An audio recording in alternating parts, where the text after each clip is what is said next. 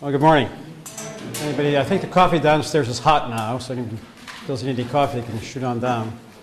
Well, I'm Rick Fitzgibbons. This is the second conference we're having here at Ivy Hall this winter on marriages.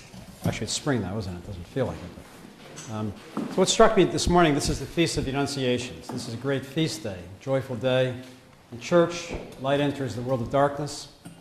And we're going to be talking today about marital friendship, marital trust, marital communication. It might be good if we begin this conference, since it is a feast day of Our Lady, saying a prayer to her. So why don't we all say a memorare to Our Lady.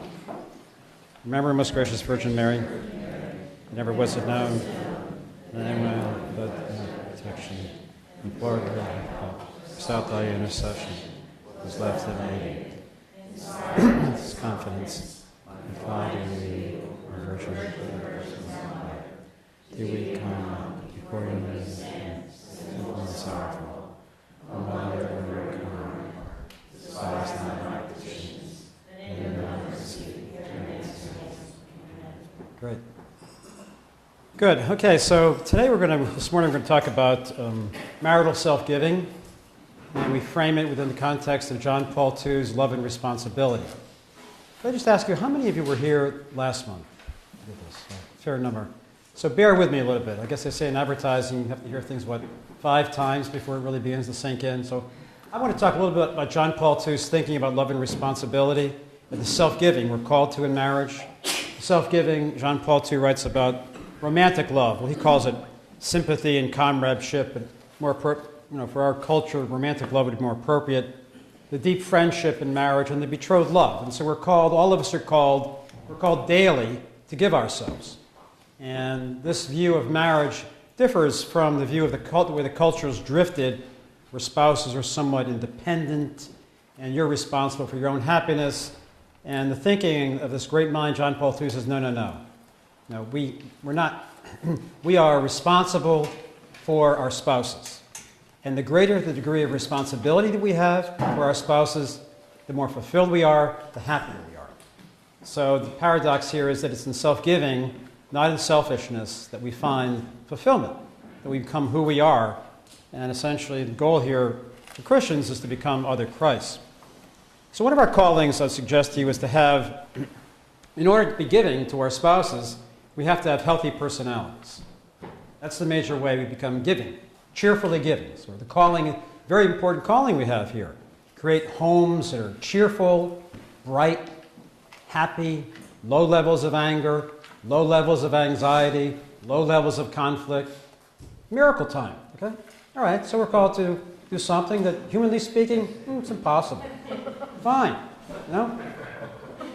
The good thing is that the grace in the sacrament, can help us tremendously, and in our own pursuit of self-knowledge and virtue, okay? So I'm hoping here today you've got some forms to check off, and hope you don't check off your spouse too much on those forms, but yourself a little bit. It's a good time to look at oneself, see, okay, what virtues do I need to grow in so I can give myself in the romantic aspect of my marriage, and the deep friendship, and the betrothed love. And John Paul II writes, betrothed love is more than intimacy. Because intimacy can be selfishness. And intimacy, many people, can be just using the spouse or mistrustful, pushing the spouse away. I mean, John Paul II is basically talking about moving from the I and the pleasure in romantic love to the we, to be regularly focused on we. So the mind shift. And this is a real challenge in this culture because probably the major character wound in this culture is selfishness. Look out for number 1.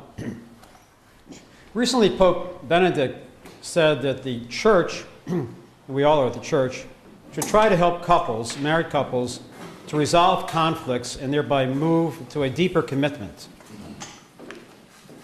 In John Paul II's writings about this commitment, it's quite extraordinary what he writes about marriage.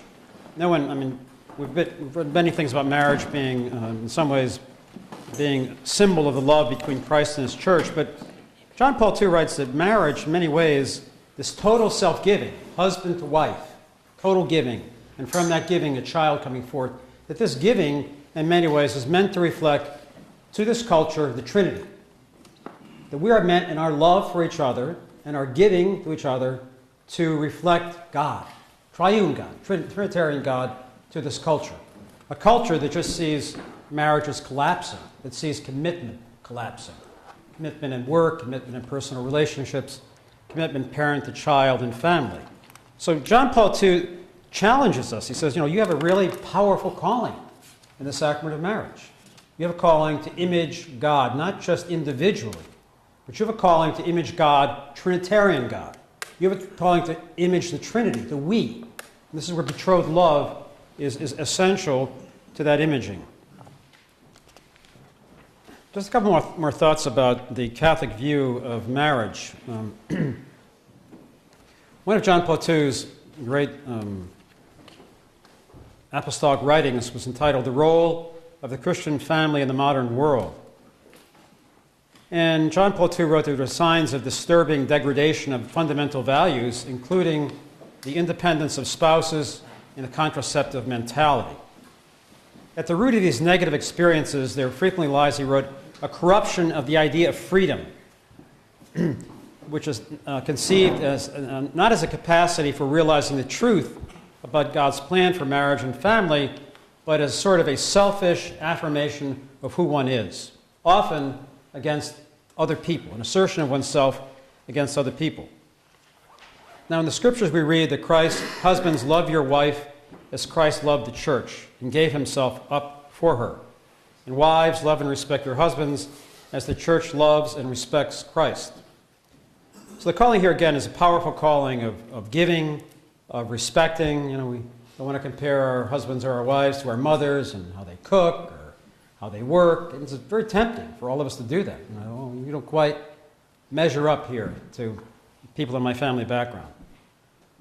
One of my favorite the description of marriage from the Second Vatican Council that you can read in the Catechism of the Catholic Church describes the support that the sacrament of marriage provides to a marriage.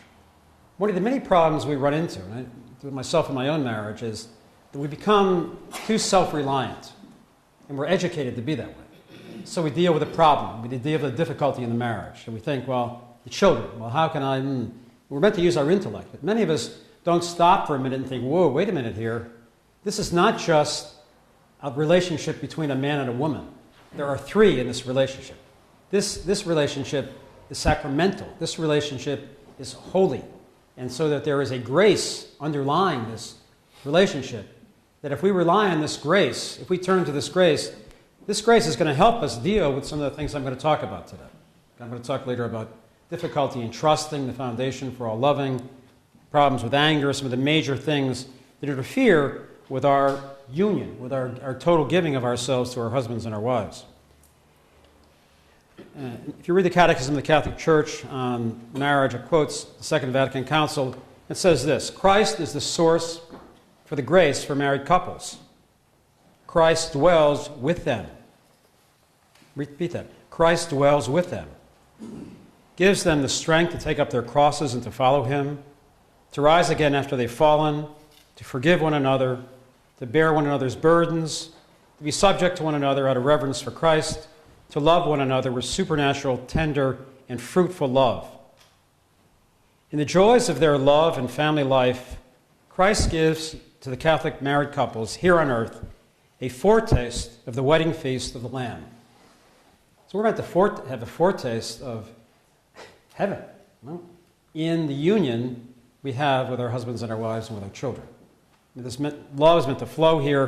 We're meant to really protect ourselves, protect our marriages, so this love can flow here. Now, one of the major weaknesses that interferes with this flow of love, husband to wife, is difficulty in trusting. Some of you here today may have some difficulty in trusting your husband or your wife, your employer, people in your family.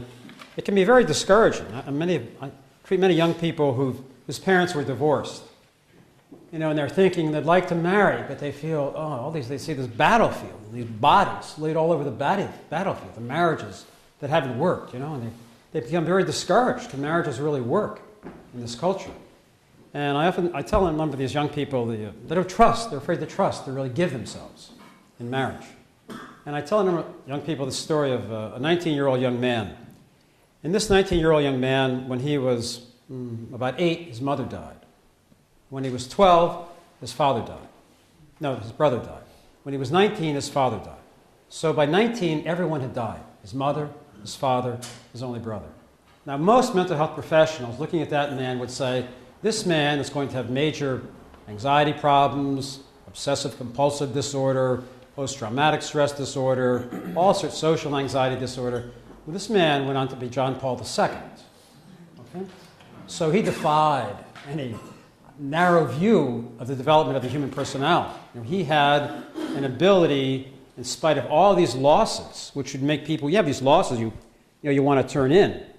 And maybe he had that wound in a way, because at 19, he went to the Archbishop of Krakow, Cardinal Sophia, and said, I want to be a contemplative, I want to be a Carmelite priest, a contemplative priest in a monastery. You could see him maybe in a way, maybe all his trauma, maybe he was looking for a safe place. Cardinal Sophia said, no way, out in the high seas. No, we're not going into a monastery. Contemplative in the middle of the world, right in the middle of the world, not in a peaceful, quiet monastery. So sometimes we feel that way in our marriages. We just pull in here. Our trust gets damaged. But no matter how much our trust gets weak or damaged in life, we can always come back. We can always renew it. The grace of the sacrament can help us keep giving. I think we can also take encouragement from the fact that the Lord's first miracle was for a marriage at Cana. It clearly showed us at the very beginning of his ministry that he loves marriages, that he loves to heal marriages, to show us our weaknesses, to give us the grace to overcome them. Let me make a few comments about these 3 areas of love that John Paul II has written about in Love and Responsibility. And I would recommend also that a Philadelphia priest, Monsignor Walsh, has a Vatican-approved summary of Love and Responsibility at Amazon.com.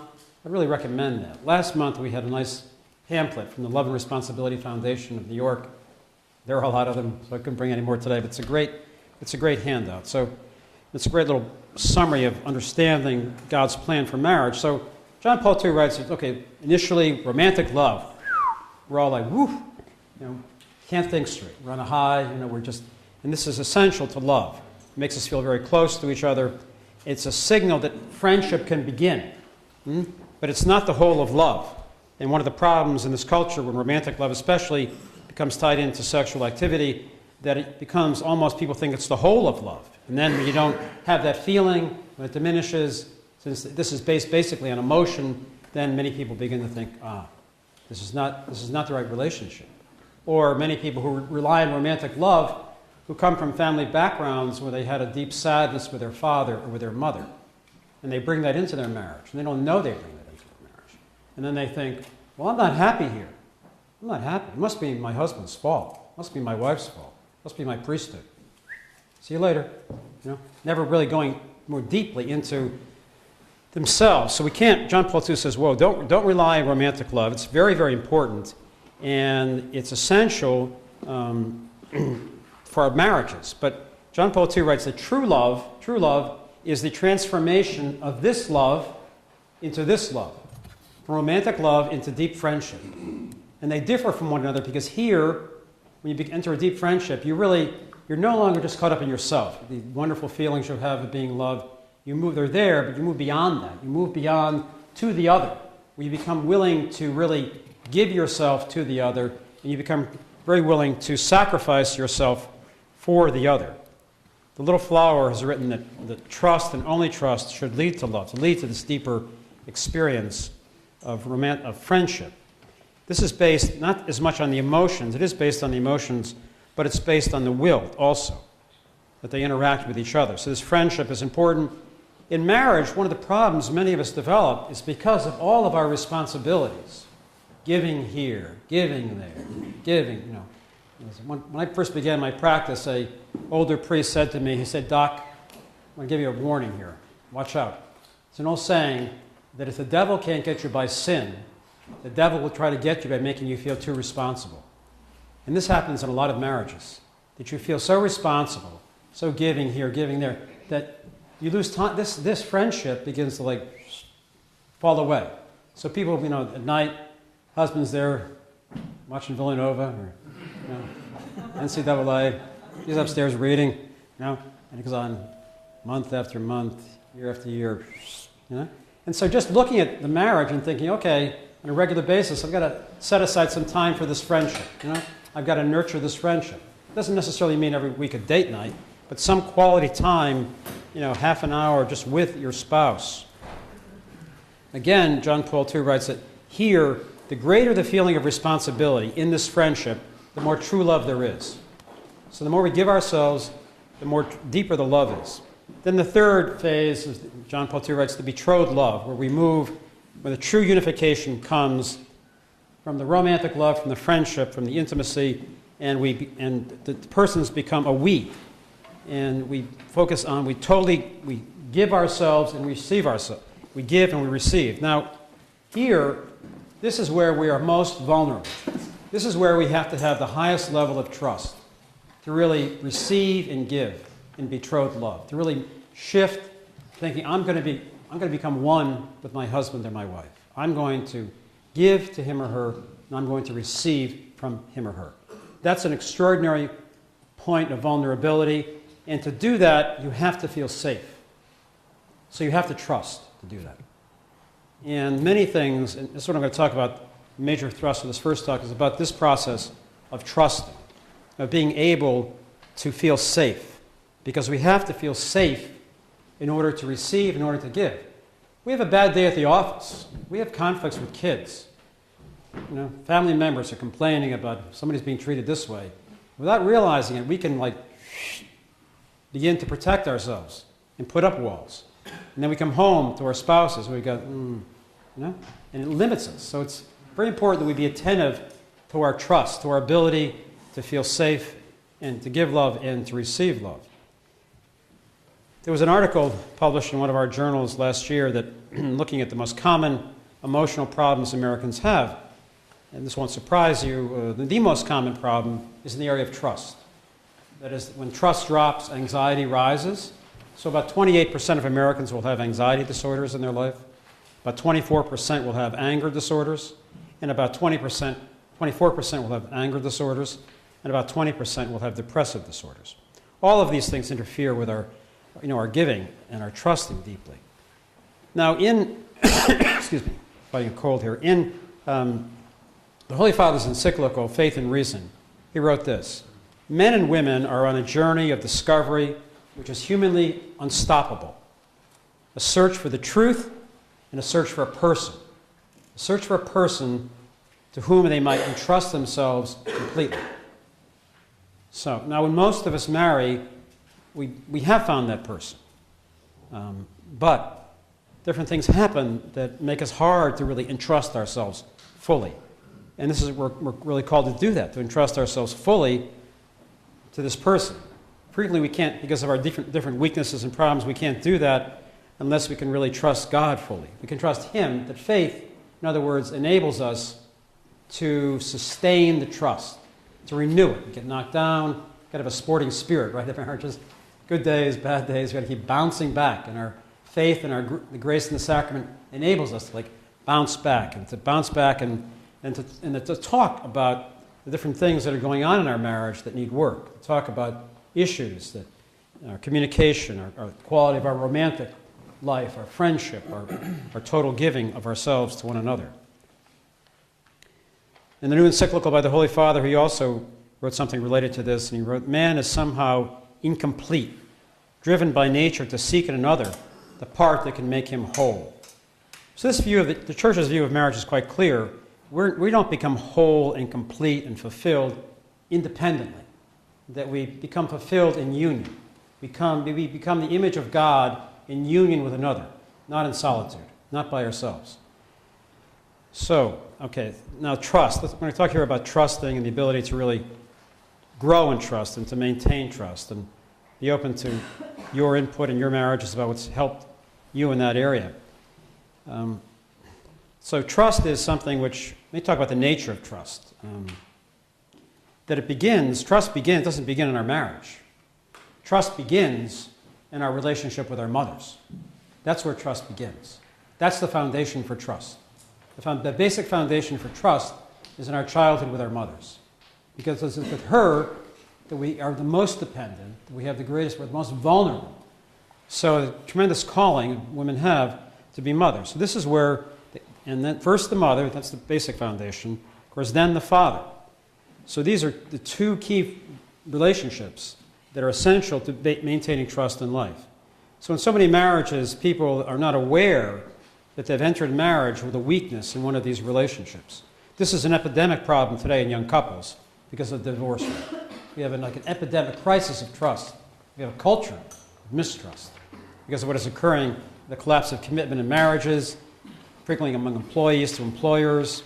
So it can be helpful to look at one's trust, one's ability to trust. We have here in your handout a trust checklist. Let's see, where is that? Oh, it's the last one, this yellow one. One side it has different symptoms of weakness in trusting. The other side it has the origins of difficulty in trusting, childhood, adolescence, adult life. I personally think that prior to marriage, couples should be asked to look at themselves a little more deeply and to identify, okay, what are the gifts I bring into my marriage? Great. What are some of the weaknesses I bring into my marriage? Maybe I can work on them, not with a mental health professional, but through virtues or through my faith to overcome them so they don't limit my giving to one another.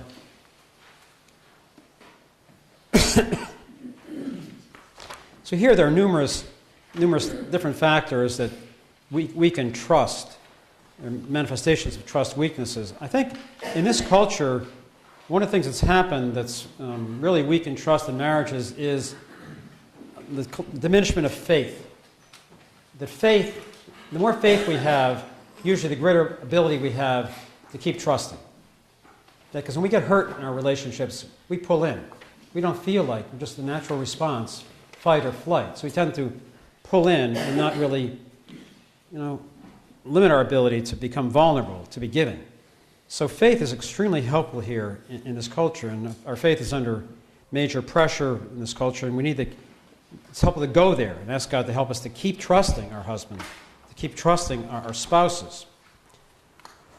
What surprises many people in marriages is how recognizing what happens, what's going on within them when they pull away, why they can move away from their spouse or become irritable. Because when trust drops, anger rises. Trust diminishes and anger rises. And the anger can be an anger because we've been hurt in the past, felt insensitive treatment from others, gets associated with our marriages. But the anger also rises because it's like a porcupine response. I'm not going to be hurt anymore. So for many people who you walk around, you look at them and think, boy, are they really angry? We're keeping them a certain distance. And for many of these people, their basic problem is not anger at all. That's just a symptom of their problem. Their basic problem is they don't feel safe. They're afraid. They're really afraid to open themselves up. They're afraid to be giving, to be receiving. Along this line, one priest told me that I had a friend who knew the Holy Father, John Paul II, that he considered the image of St. Faustina's image of Christ, Jesus, I trust in you, to be one of the major images of Christ for our times. This is a time where people really need to work at trust. They need to maintain an openness to their husband and to their wife in the culture.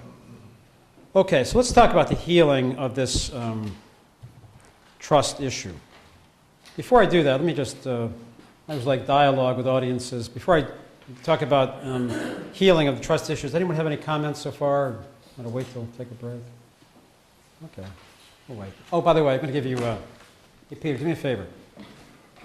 I've got some index cards here. Pass out some index cards. Okay, so in terms of strengthening marital trust, which is essential to this giving and to receiving of love, it's important to understand ourselves. So self-knowledge is really important.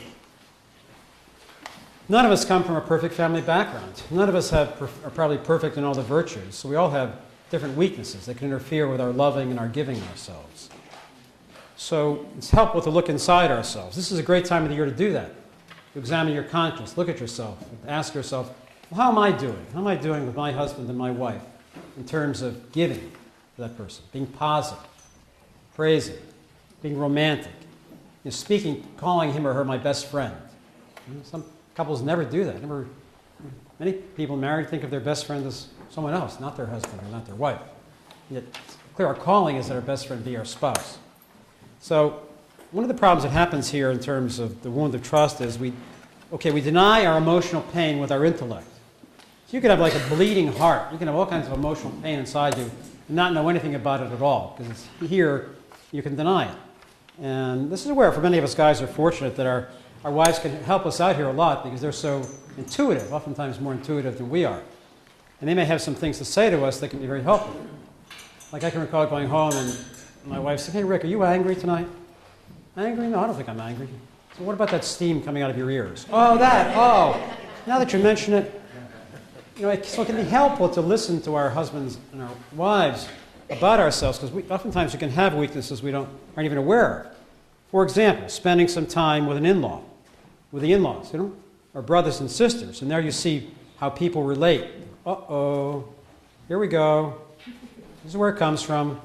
The pattern's being repeated in my marriage, And if you see that, then it's good to, gently discuss that with your husband or wife. Self-knowledge is, in many ways, we can examine our consciences and learn more about ourselves. But our knowledge about ourselves and our marriages can also come from our spouse, from being open to their insights about us. It's also helpful to, I don't want to make you all mental health professionals here, but it'd be good to look at your husband or wife and think, what about their trust that they brought into our marriage? How did they do trusting father, mother? What was their parents' marriage like? Model for all marriages. What were their relationships like before our marriage? So there sometimes you can get a sense, my husband, my wife, we all have wounds, did have a particular hurt here or hurt there, Don't necessarily have to bring it up, but there are times when it is good to bring it up. There's a pattern you see repeated from their parents into your marriage. It can be helpful to bring that up. Or especially since the two in marriage are really one, not two, praying for a weakness you may see in your spouse. Okay? My husband's father was controlling, mother was controlling. That really weakens trust, because if you enter married life with a parent who is very controlling, you're going to have a very deep fear that your husband or your wife is going to control you. So many people have controlling spouses, just like, whoa. Any type of communication that's viewed in the least bit critical or positive suggestions can be perceived as control. Whoa, back off. So it can be helpful here to pray for a spouse, but also to raise the issue, to be honest in communicating that maybe you have an issue from your family background that weakens our loving relationship here. And you can work on it by trusting more. Now, one of the major ways in which we overcome the pain of our past is by forgiving. It's remarkable how simple this technique is that God has given us.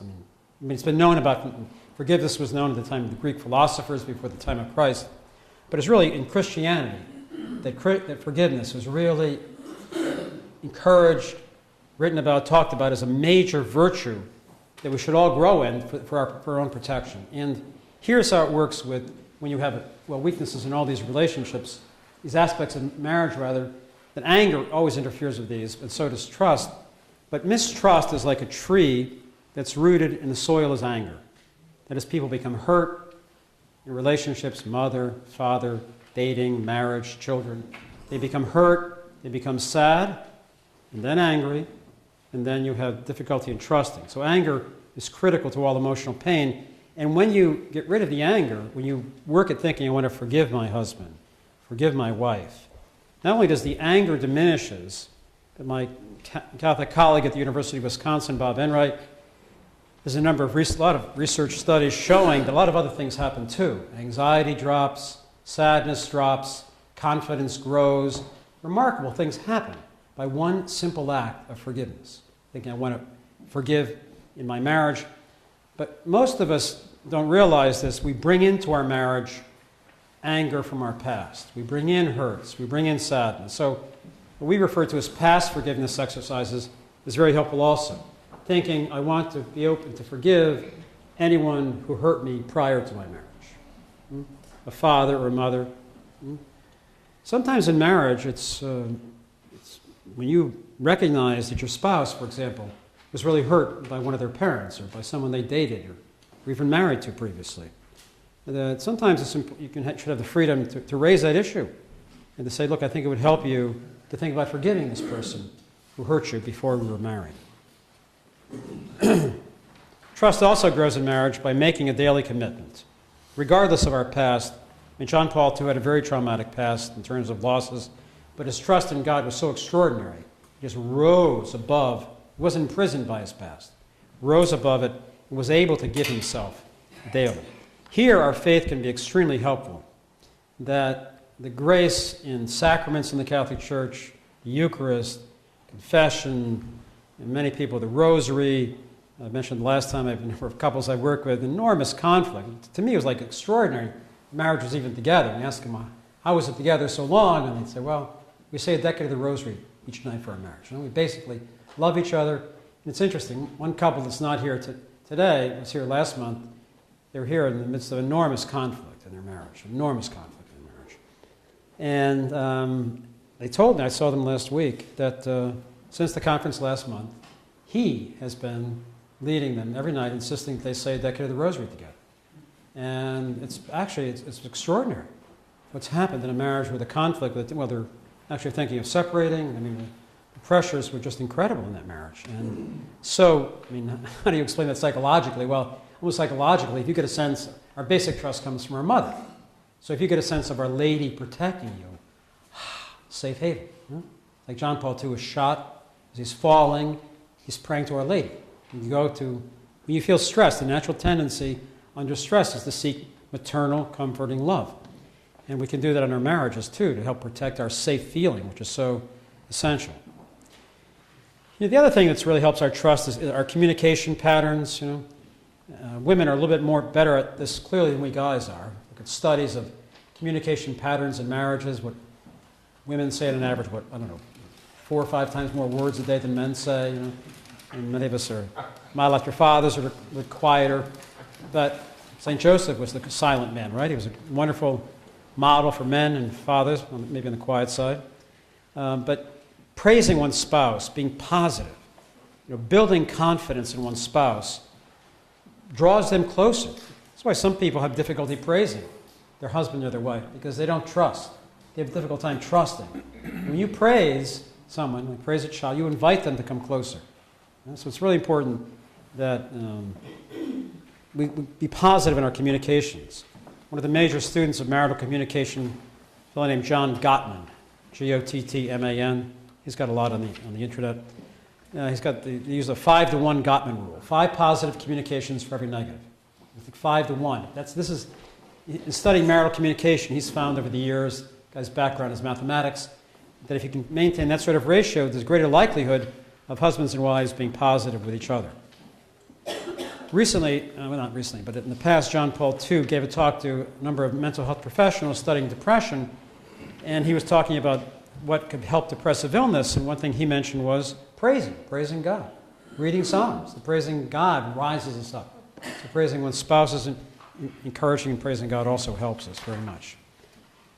Now, in terms of, I've mentioned a couple times here, the issue of correction, fraternal correction, saying to your husband or your wife, look, I think we've got a problem here in our communicating or in our romantic side of our relationship, we're neglecting our friendship. It's really very important to be honest about this. I mean, so many people, marriages end, or enormous conflicts exist in marriages because the truth is not discussed. People don't discuss the problems. And St. Paul tells us, in wisdom made perfect, correct and admonish one another. So we're meant to gently but honestly talk about problems in our marriages. And many people don't because they're limited in their ability to really trust God. They really don't trust the Lord enough with their marriage. Because if they really trusted Him completely with their marriage, they would bring up issues. They would say to Him, look, honey, you do this, you do that, you work on this and that. And so I would encourage you to trust the Lord with your marriage, because the more you trust Him with your marriage, the more honest you're going to be, the more likelihood the grace of your sacrament of marriage will help you in resolving communication problems, or problems of not being positive enough, or problems of drifting apart or not attending to these very important aspects of marital loving and giving that are important. This process of growing in trust is a process, and we need to be patient. If our marriage has taken different hurts, we've come into the marriage with different weaknesses in trusting, we really need to be patient with each other. This virtue is an extremely important virtue in this healing process. Now, related to trust, though, let me mention another issue here, and that's in dealing with the issue of controlling people. Because this creates a stress in relationships. And let's face it, all of us really know that we know what's best for our spouse. It's very clear that they don't really know what's best, we know what's best. So, and that's really tempting to go there. It's so easy to see the weakness in our spouses and so difficult to see our own weaknesses. So it can be helpful to look at ourselves and honestly think at times, do I try to control my husband? Do I try to control my wife? I work with a number of couples where this is passionate, strong people. This is regularly an issue. This is regularly an issue. And the stronger you are, the more God gives you that gift of strength, the more likely you are to make a little mistake with that strength and just grab the reins a little bit too tightly. But one technique that's helped many people, Catholic Christian couples, is for the couples for one spouse to remind the other, honey, the Lord is in control. Not you, not me. He's in control here. Let's try to think that. Or couples pray, Lord, we trust you with our marriage. I try to do that with Adele when I go out to work in the morning. Say a little prayer about the front door, image of the Holy Family and the Holy Trinity there. Saying a little prayer, Lord, I trust you with this day. Because I know during the course of my day, I'm going to have things that are going to, stresses are going to impact my trust. She'll have stresses that impact her trust. And during the course of my day, I periodically pray for my wife. Lord, protect her safe feeling. Protect her ability to feel safe. Sometimes I come home, whoa, it's been stress here. I'm in a different place, she's in a different place. Same thing happens in all our marriages. So we have to not control, but if there is a real major control issue going on, it should be addressed. That oftentimes the control weakness in marriage comes from modeling a parent who is controlling. Oftentimes you can see this passed down generation after generation after generation, and if we address it, we can certainly move to overcome it. Many families today young families experience a lot of pressure from in-laws who actually try to intrude into their marriage, commenting on homeschooling, commenting on this or on that, on their faith practices. And for some couples, like this Christmas time, I had several young couples who had to tell a controlling in-law, we really love you, want to have you here for Christmas, but behave. Behave. Behave. Yeah, because if you don't, I'm not sure you're going to be welcome back here. But this is not acceptable. Not acceptable. You walk into this home, criticize my wife's mothering, my fathering, our faith aspects, but it's not acceptable. So at any rate, so the good news is this. The good news is that, the bad news is this. The bad news is we all have trust weaknesses. That's the bad news. This side of heaven, the way the world is, all of us get knocked around, and all of us at times can have our trust diminish. And the good news is this wound can be healed. It's not easy to heal, especially if conflict has existed for a long time, or in some marriages where a spouse is like, really, no, I have no problem, you have the problem. When I see that, I often think of the words of John Paul II, that prayer combined with mortification is the most powerful force in human history. That just thinking of okay, I'm going to pray for my wife, husband, going to go without a cup of coffee, sacrifice myself in some way for them, that with that type of intervention, sometimes the marriage can improve. Okay, well, let me stop for a moment here, and anyone has any comments they'd like to make about the program morning so far, or ideas, wisdom they want to share about their marriage, what's helped them? I just think this would be a great course for people, young people contemplating marriage, to hear all this before they go into the sacrament. I'll hear that. The point was, she thinks this would be a good issue to have, issues to raise about trust prior to the sacrament of marriage. In the culture today, you're told, I couldn't agree with you more. The way things are today, I couldn't agree with you more. The trust is so shaky in understanding marriage. But that is happening, like in the Archdiocese of New York.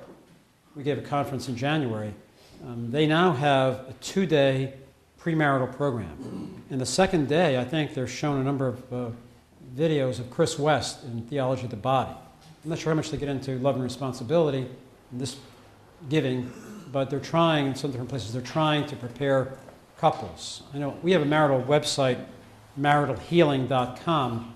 We hope to have up there, I don't know, this year, next year, a premarital program, to help couples look at themselves that we were offered at different dioceses, in terms of this. But I agree with you. I think there is. Thinking about what you're bringing into the sacrament, into the marriage beforehand, knowing about romantic love, friendship, knowing about that before you even get into the sacrament. You'd just be so, lifted up with that knowledge when you're bringing in. You would be. And there are some schools. I know some Catholic religion teachers who are teaching theology of the body into their seniors in high school. I think a great idea. You can bring it in there. Unfortunately, there's been this is the conference for next Saturday, in the Crisis in the Church. But there's been over the last 40 years, unfortunately, a rebellion against the Church's teaching on human sexuality, and therefore marriage. So it's been a problem in not only in communicating the truth, but unfortunately, in many so-called Catholic colleges, and high schools, an active attempt to undermine the truth about this and about understanding the very nature of love and giving. No, but it's a good point that you're raising. Very good point you're raising. Well, even before coming to seminars, I've had this kind of question. It really, it's what does it mean to forgive? I can see all these.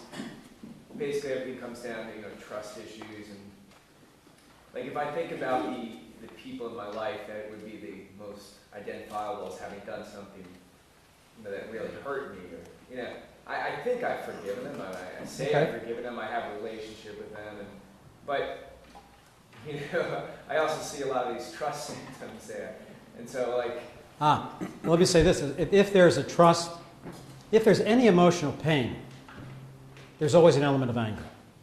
To me, there's a common pathway in the development of emotional pain, like there is in the metabolism of glucose in our bodies. Hurts, sadness, anger, and then from those, difficulty in trusting, weakness in confidence. So if there's emotional pain, there's almost always an element of anger there. Okay? So if one feels, for example, if one feels sadness, if one feels insecurity, if one feels some trust weaknesses, it doesn't necessarily mean it's from your past. Okay, it could be the present. It could be reacting to things going on in a relationship.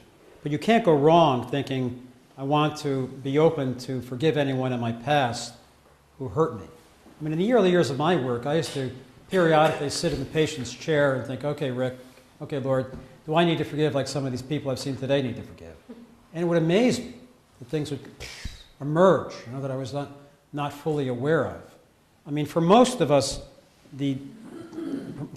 prior to marriage, most people growing up, the closest relationship is the mother relationship, and emotionally. So for most people prior to coming into marriage, the family relationship where the most forgiveness is needed is in the father relationship. But for some people, it's the mother relationship. But I think if there are trust weaknesses, it's good to be open to think, okay, I want to just forgive anyone in my past, which means, basically, I want to admit that I was angry at people, admit I was hurt. And it's making a decision, I'm willing to let go of anger with people who've forgiven me. Now every time we think about letting go of forgiving, we remove a certain amount of anger. But usually the forgiveness process takes many years, if there have been some significant hurts in a marriage or a family of origin. So it's really an ongoing process. And the other thing that helps it too, for one's Catholic, is the sacrament of reconciliation. I've treated many priests who've told me the most common thing they hear in that sacrament, is anger. People struggling with their anger, different types of anger. Does that get to what you're asking a bit, or? Certainly a bit. Yeah, no, I appreciate it. But the other thing too is quite honestly, looking at one's parents and looking at their trust issues and their anger issues.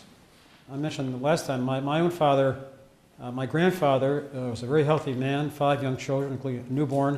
1918, he acquired, the flu. They call it the Spanish flu. It should have been called the Chinese flu, pig flu. And 36 hours later, he was dead. And everyone, of course, is worried about the bird flu, that it might mutate the way that pig flu mutated. And so my father grew up without a father, but thank God my grandfather had a little bit of success. We had some apartments. But I knew when I became a psychiatrist, I thought, uh-oh, wait a minute here. My father had a major trust weakness, losing his father, growing up without a father. And I recognized that in some ways, we're sponges. We take in all the good and the weaknesses. So many of us overreact in our marriages in trusting, in irritability, in being critical, et cetera, et cetera, et cetera, because we've modeled that. We don't even know we've modeled that. We've modeled that from a parent, and it's humbling to face that, but it's liberating to face that too, to ask if there is a trust weakness and irritability issue, to admit that, maybe I have a problem here, parental legacy, I want to be thankful for the good qualities my parents have. Lord, free me from their weaknesses. And it's because it's very hard to overcome this just with any kind of traditional therapy. You almost need a grace to overcome it. Keith? Is there a booklet or something that explains this? This is very logical. It makes a lot of sense. I think most people aren't aware of it. Is there something that you give to your daughter? Why do you, let me ask you, you're a good leader. Why do you think people are not aware of this? Well, Because this was written, Love and Responsibility was written when the Holy Father was a priest. Before he became a bishop, it was written. Well, it's one thing to read Love and Responsibility. It's another thing to read something that people might see as being a little more down to earth and practical, and therefore helpful. That's good. Including, I would add some, if it were to be a workbook, some of the questionnaires you have here. But, not a long thesis, but a fairly short overview of what you've covered here this morning, I think would be enormously helpful to my kids. Okay. We have this summary at maritalhealing.com. Like the summary I've just given you here of love and responsibility. We have that brief summary at maritalhealing.com under John Paul II in marriages. Okay. I'll try to add more to that also. It's got about, the trust chapter is not up there yet. The anger chapter is up there. When is the trust chapter going to be up? Keith, I need you. Keep after me. Send me an email. I'll be working on it after this meeting. A question regarding old geezers like myself. Old geezers. The elderly couple, I'm 60, my husband's 70, and now we have the element of chronic disease and probably some dementia starting and things like that. And the trust issue is always the biggest, but now it's more threatened because of end-of-life issues. So I'd like to hear what you have to say, and also about perhaps too a moral obligation that we all have as individuals to be as happy as we possibly can, because happy people help one another. Unhappy people are not fun to be around and don't represent the Catholic faith well. Okay. So the one is the problem with heavier crosses in life because of illness. Yeah, this is a real challenge to keep trusting. We're called to be, faithful to the end. The model is, we're called to model Christ as the spouse to the church. We're supposed to be the spouse to our husband or our wife the way Christ was to the church. So we're loyal to the end. And the end of Christ's life, he was on the cross. And at the end of the life of many of us, we'll be on the cross. And, just like Mary was with Christ at the foot of the cross, you've got to be there at the foot of the cross, helping that person, while they're on the cross, not ushering them out, but, being with them, understanding, the meaning, the great meaning, the value of human suffering on the cross, which this culture thinks is worthless. Let's euthanize people. Let's make them happy, die happy. And so I think looking at Christ on the cross, maybe even for a woman praying to Our Lady at the foot of the cross, Stabat Mater. Try to see the meaning of human suffering and trying to be compassionate and supportive, even when our parents in the scriptures would say, even be loyal to your parents, even when their mind begins to deteriorate. Yeah, it's really sacrificial loving. It's the great call of sacrificial loving that is the essence of betrothed love, and also an essential part of marital friendship. Now, the second part is being cheerful. Yeah, we're meant to be cheerful, and my belief is, in working with a couple thousand couples over 30 years, that there is no reason why we cannot be cheerful in our marriages, and we should be cheerful and happy and positive in our marriages, and we should work to that first in our own lives, to try to be, because we all have things that pull us away and can make us sad and frustrated and irritable. But I think, one of the problems in the culture is that people have said, well, I'm not happy, I'm out of here, I'm not happy, and the divorce rate in second marriages is 60%. I can tell you some of the saddest men I've ever treated are former priests who are married, were every bit as sad in their marriage as they were, and sadder, because they no longer celebrate the Eucharist. And so many people throw away the baby with the bathwater. They got this baggage of unhappiness inside of them. They've never recognized it. They've never looked at it. They've never thought, I need to work at overcoming this sadness. We have an article on our website. We have a clergy section. The only thing I have up yet on sadness is an article written for priests on dealing with loneliness in priestly life on our website. But the things I've written there can apply to anyone about childhood and adolescent sadness. Okay. I'll be back there. Could I just ask about the happiness issue? That what I'm referring to is that unhappy people do bad things. People who are, and it's not a selfish thing to be happy. No, it's a very good yourself, thing. But happy people tend to do good things. Well, I agree with you completely. In fact, one of the huge problems that ties into internet pornography, its impact on marriages and whatnot, is people who go to this little imaginary world because they're unhappy. Men's clubs, internet, these people sink into their own little world where they seek happiness within themselves. But I think it's very important that we think about our marriages and trying to create cheerful homes. Happy children want to see a flow of love between a mother and a father. Many people have an inner sadness because they didn't see that. They didn't see enough of that. So we got to die to ourselves, sacrifice ourselves, and try to be cheerful. And again, it's not easy. We need the grace of the sacrament. I personally find in my own life that receiving the Eucharist every day, just going to the Eucharist every day and seeking to rejoice in the Lord makes me a better husband to Adele. If I can find some happiness with the Lord at the beginning of my day, I believe when I come home from work, I'm a more positive, cheerful, loving husband and father than if I didn't do that. But that is strengthening. That grace, that relationship strengthens us. This is why Europe, one of the reasons Europe is dying today, is because of selfishness. Everyone is turning in. I had a nephew staying with us, just finished medical school with his girlfriend. And I said to him, and they're getting married, and their friends are saying, they live in Madrid, why are you getting married? Why don't you get one house? Why don't you get a second house? Then mid-30s, late 30s, then get married. And I said to my nephew, well, aren't they worried about rising Islam? Don't they feel any obligation to Western civilization and to the family?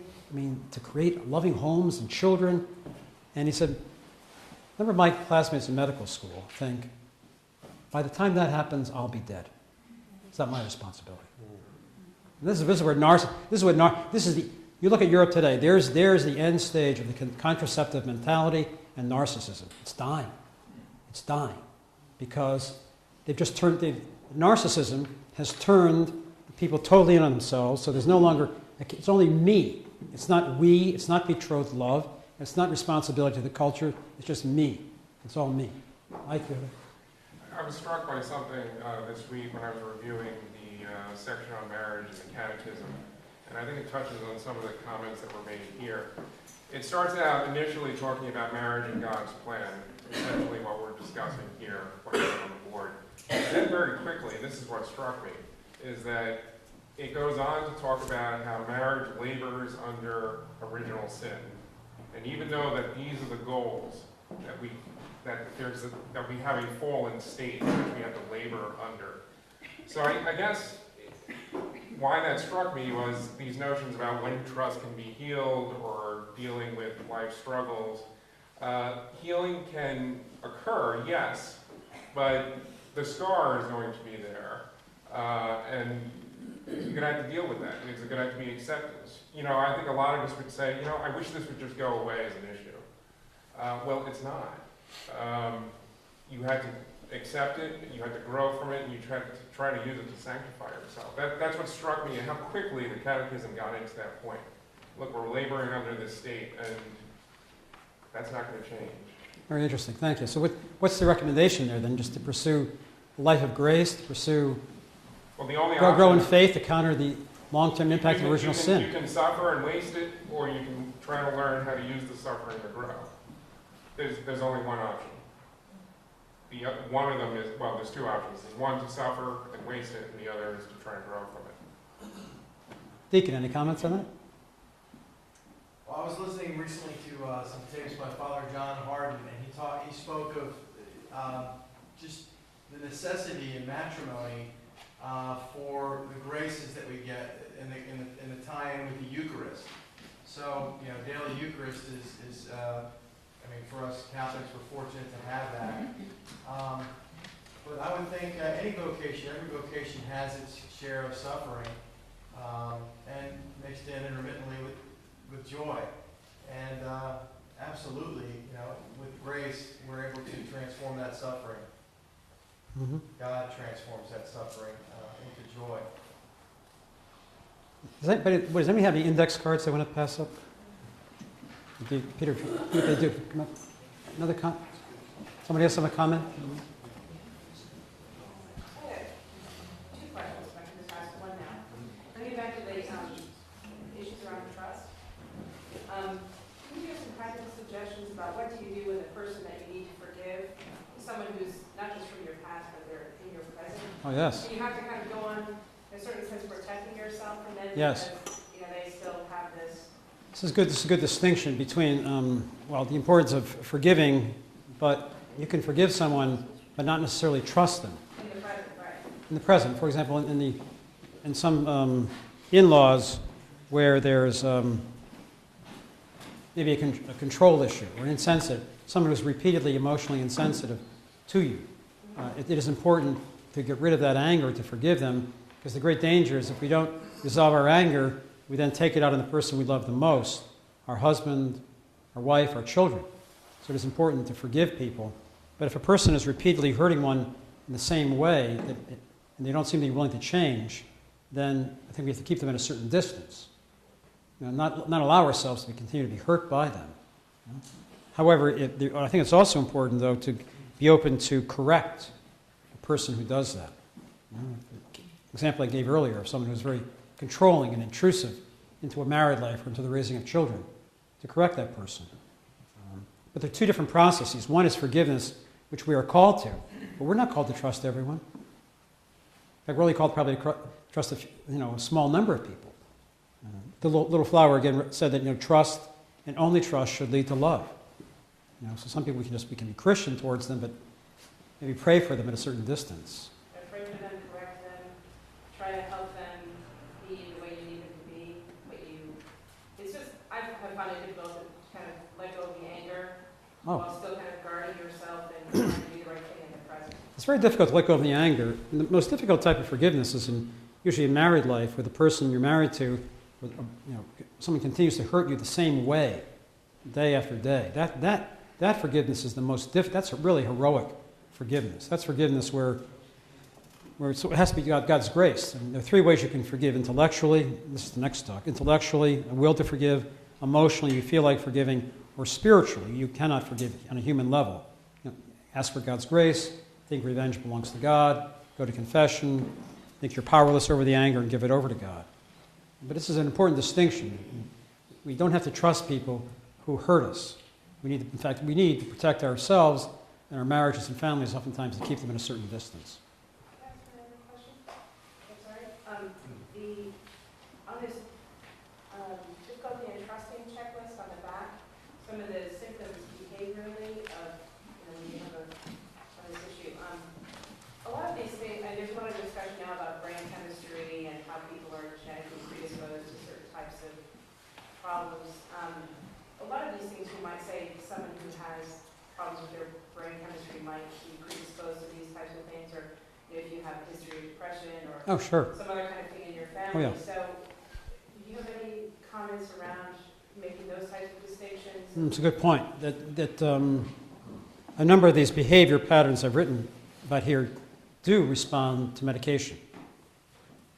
That a low dose of Paxil, a low dose of Zoloft oftentimes helps people who have excessive fears or tend to isolate, or withdraw. So there can be a biological factor, there's no question. But I think we live at a time, though, that there's so many factors that are predisposing people to difficulty trusting. I mean, for example, daycare. I mean, no one wants to look at the major... People want to pretend that Belsky's $80 million 10-university study, it's the University of London, I think, like it doesn't exist. And we know from this rigorous research that the earlier in daycare, the longer in daycare, the greater difficulty a child has in bonding, and the more anger the child has. And so there are many the divorce, so many things in this culture are influencing, are weakening trust. But I do think there could well be a biological component, a chemical component. And if one sees that, then one could suggest to a spouse perhaps some medication might be helpful in terms of that. Other comments? You're talking a lot about the unrecognized